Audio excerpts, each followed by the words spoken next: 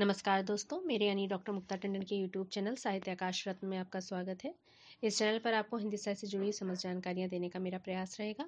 आज हम बात करेंगे जयशंकर प्रसाद कृत ध्रुव स्वामिनी नाटक के कुछ विशेष बिंदुओं की, जिसपे आप लोग बहुविकल्पीय प्रश्न भी निर्मित कर सकते हैं और उसके जो मूल संवाद हैं उनके विषय में मैं कुछ आपको जानकारियाँ दूंगी, जिससे आप उन संवादों को किस प्रकार से बहुविकल्पीय अवस्था में पूछा जा सकता है प्रश्नों में, वो जान सकते हैं।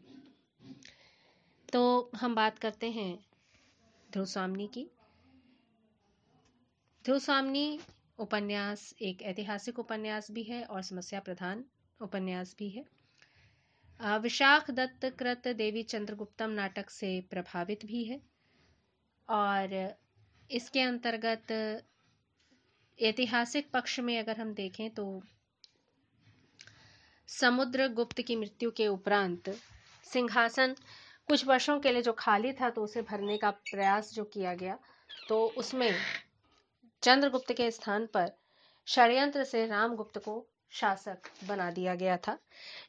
उक्त चर्चा हम अपने पिछले वीडियो में कर भी चुके हैं, तो इससे आगे बढ़ते हुए हम इसके मूलभूत तत्वों पर विचार करते हैं। हम इसकी अगर पात्र संयोजना देखें तो इसके मुख्य पात्रों की संख्या 10 है, जिसमें से 3 स्त्री पात्र हैं और 7 पुरुष पात्र हैं। ध्रुव स्वामिनी, मंदाकिनी और कोमा ये प्रमुख स्त्री पात्र हैं। चंद्रगुप्त, रामगुप्त, शिखर स्वामी, पुरोहित, शकराज, खिंगिल और मिहिरदेव ये 7 पुरुष पात्र हैं।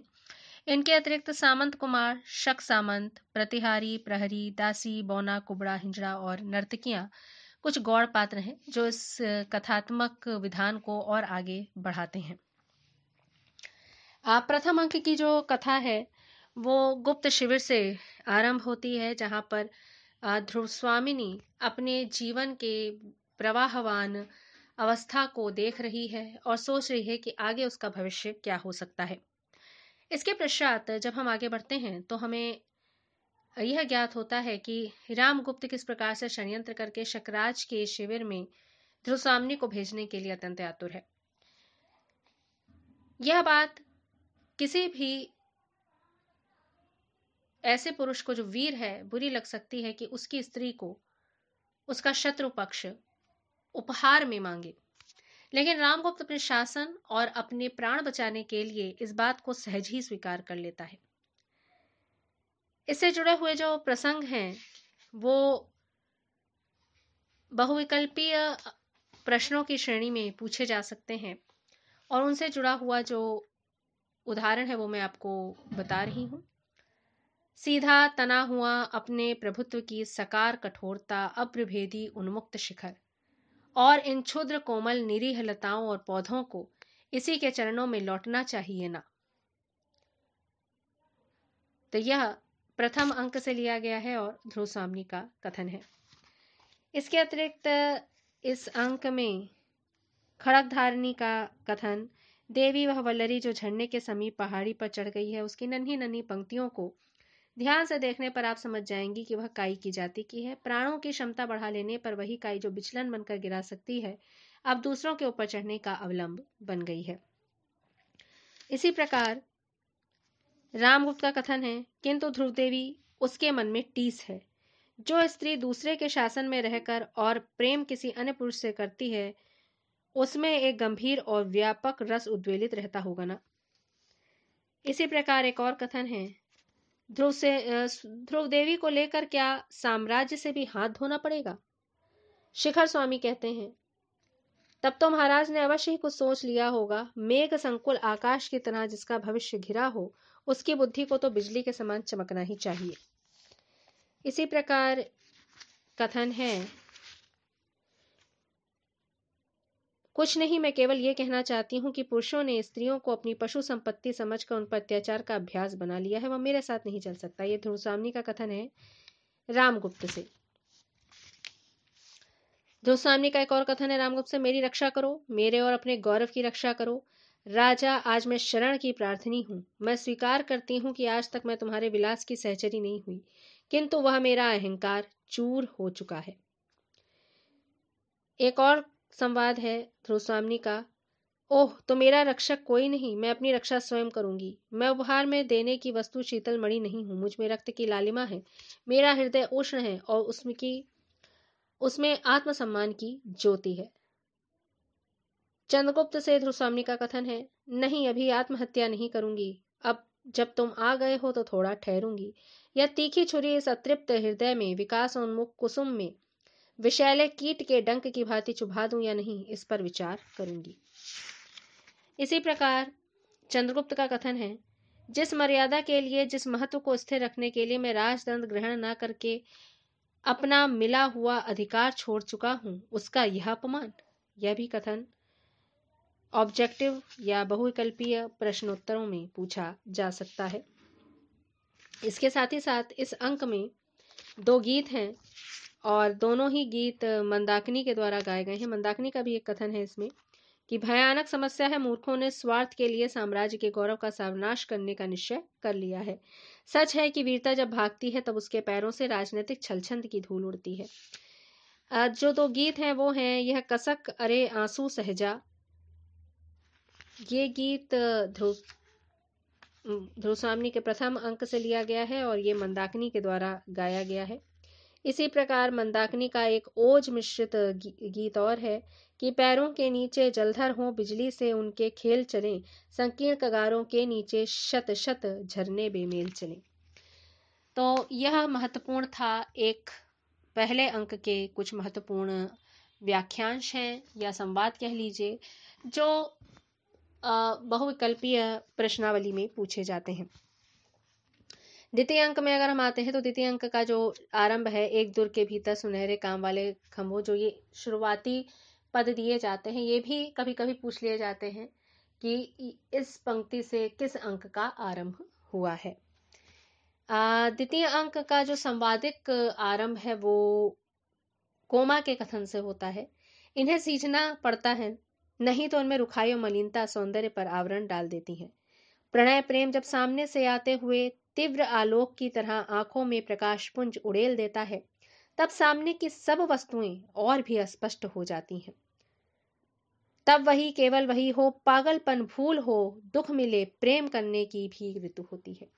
इसके पश्चात इसका गीत है, यौवन तेरी चंचल छाया, इसमें बैठ घूंट भर पी लूं तो रस लूं मैं लाया। यह गीत कोमा ने गाया है। शकराज का जो कथन है वो इम्पोर्टेंट है, इसमें महत्वपूर्ण है। सौभाग्य और दुर्भाग्य मनुष्य की दुर्बलताओं के नाम है, मैं तो पुरुषार्थ को ही सबका नियामक समझता हूँ। शकराज से कोमा का कथन है, प्रश्न स्वयं किसी के सामने नहीं आते, मैं समझती हूँ कि मनुष्य उसे जीवन के लिए उपयोगी समझता है।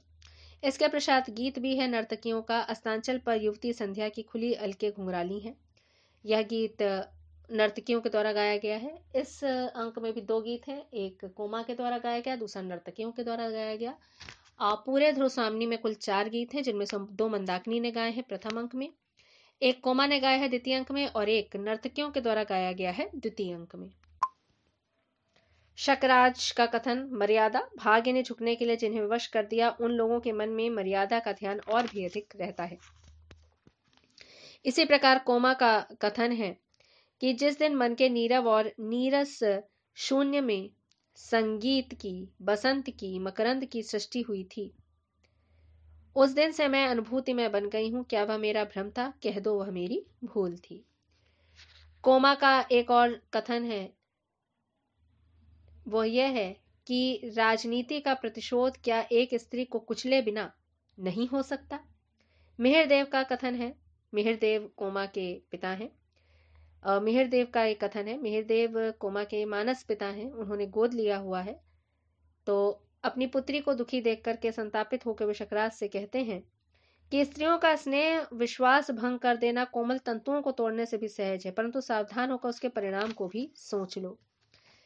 मिहिरदेव का अगला कथन है, राजनीति मनुष्य के लिए सब कुछ नहीं है, राजनीति के पीछे नीति से हाथ ना धो बैठो। कोमा का कथन है, तोड़ डालूं पिताजी, मैंने जिसे अपने आंसुओं से सींचा वही दुलार भरी वल्लरी मेरी आंख बंद करके मेरे ही पैरों में उलझ गई है। दे दूं एक झटका, उसकी हरी हरी पत्तियां कुचल जाएं और वह छिन्न होकर धूल में लौटने लगे, ऐसी कठोर आज्ञा ना दो। इसके अतिरिक्त कोमा का एक कथन और है कि जाना ही होगा तब यह मन की उलझन क्यों। यह भी कथन जरूरी है, आपसे पूछा जा सकता है बहुविकल्पीय प्रश्नों में। एक और कथन है, प्रेम का नाम ना लो, वह एक पीड़ा थी जो छूट गई, उसकी कसक भी धीरे धीरे दूर हो जाएगी। राजा, मैं तुमसे प्यार नहीं करती, मैं तो दर्प से दीप्त तुम्हारी महत्वमयी पुरुष मूर्ति की पुजारिन थी। इसके अतिरिक्त चंद्रगुप्त का कथन है, तीखे वचनों से मर्माहत करके आज मुझे कोई इस मृत्यु पक्ष से विमुख नहीं कर सकता। तृतीय अंक के महत्वपूर्ण पदों पे आते हैं। अब तृतीय अंक का शुरुआत, शक दुर्ग के भीतर प्रकोष्ठ, 3 मंचों में 2 खाली और एक ध्रुव स्वामिनी पाद पीठ के ऊपर बाएं पर दाहिना पैर रखकर अधरों से उंगली लगाए चिंता में निमग्न बैठी है। इससे इस अंक का आरंभ होता है। इसमें भी ध्रुव स्वामिनी के जो कथन है वो महत्वपूर्ण है। इन्हीं पुरोहित जी ने उस दिन कुछ मंत्रों को पढ़ा था, उसके बाद से मुझे कभी राजा से सरल संभाषण करने का अवसर नहीं मिला। एक और कथन है, रोष है, हाँ मैं रोष में जली जा रही हूं। इतना बड़ा उपहास कर्म के नाम पर स्त्रियों की आज्ञाकारिता की पैशाचिक परिश्रम मुझसे बलपूर्वक ली गई। मंदाकिनी का कथन है, जिन स्त्रियों को बंधन में बांधकर उनकी सम्मति के बिना आप उनका सब अधिकार छीन लेते हैं, क्या धर्म के पास कोई प्रतिकार, कोई संरक्षण नहीं रख छोड़ते। ध्रुव स्वामिनी का कथन है, खेल हो या ना हो, किंतु एक क्लीव पति के द्वारा परित्यागता नारी का मृत्यु मुख में जाना ही मंगल है। कोमा का कथन है, रानी तुम भी स्त्री हो, क्या स्त्री की व्यथा न समझोगी। मंदाकिनी का कथन है, स्त्रियों के इस बलिदान का कोई मूल्य नहीं, कितनी असहनीय दशा है। अपने निर्बल और अवलंब खोजने वाले हाथों से यह पुरुषों के चरणों को पकड़ती है और वह सदैव ही इनको तिरस्कार, घृणा, दुर्दशा की भिक्षा से उपकृत करता है। दुस्वामिनी कहती हैं, पराधीनता की एक परंपरा उनकी नस नस में, उनकी चेतना में न जाने किस युग से घुस गई है। उन्हें समझकर भी भूल करनी पड़ती है। क्या वह मेरी भूल न थी? जब मुझे निर्वासित किया गया तब मैं अपनी आत्ममर्यादा के लिए कितना तड़प रही थी और राजाधिराज रामगुप्त के चरणों में रक्षा के लिए गिर पड़ी थी। मंदाकिनी कहती है, नारी हृदय जिसके मध्य बिंदु से हटकर शास्त्र का मंत्र कील की तरह गड़ जाए और उसे अपने सरल प्रवर्तन चक्र में घूमने से रोक रहा है, निश्चय ही वह कुमार चंद्रगुप्त की अनुरागिनी है। चंद्रगुप्त का कथन है, विधान की स्याही का एक बिंदु गिरकर भाग्य लिपि पर कालिमा चढ़ा देता है। मैं यह स्वीकार करने में संकुचित हो रहा हूं कि ध्रुवसाम्नी मेरी है। यह इस अंक के कुछ महत्वपूर्ण पद थे। 1-2 पद और है। मंदाकिनी का, राजा का भय मंदा का गला नहीं घोट सकता। तुम लोगों में यदि कुछ बुद्धि होती तो अपनी कुल मर्यादा नारी को शत्रुओं के दुर्ग में यूं न भेजते। भगवान ने स्त्रियों को उत्पन्न करके ही अधिकारों से वंचित नहीं किया है, किंतु तुम लोगों की दस्यु वृत्ति ने उसे लूट लिया है। मंदाकिनी कहती है, तुम लोगों की नीचता की कथा मैं सुनाती हूँ, सुन नहीं सकते। तुम्हारी प्रवंचनाओं ने जिस नरक की सृष्टि की है उसका अंत समीप है। साम्राज्य किसका है? आचार्य समुद्रगुप्त ने किसे युवराज बनाया था? पुरोहित का कथन है, विवाह की विधि ने देवी ध्रुवस्वामिनी और रामगुप्त को एक भ्रांतिपूर्ण बंधन में बांध दिया। धर्म का उद्देश्य इस तरह पददलित नहीं किया जा सकता। तो इस प्रकार ये कुछ महत्वपूर्ण पद हैं ध्रुवस्वामिनी के, कुछ संवाद हैं जिनसे आप ये पता कर सकते हैं कि ये कितने महत्वपूर्ण हैं और इनमें से अनेक जो पद हैं, अनेक संवाद हैं, उनमें से एक एक लाइन वन लाइनर बनके आपसे बहुविकल्पीय प्रश्नावली में पूछी भी जाती है कि यह किस अंक से ली गई है और किसके द्वारा कही गई है, किससे कही गई है। तो इन बातों को, इन पक्षों को अगर आप ध्यान में रखेंगे तो गलती होने की संभावना कम रहेगी। धन्यवाद।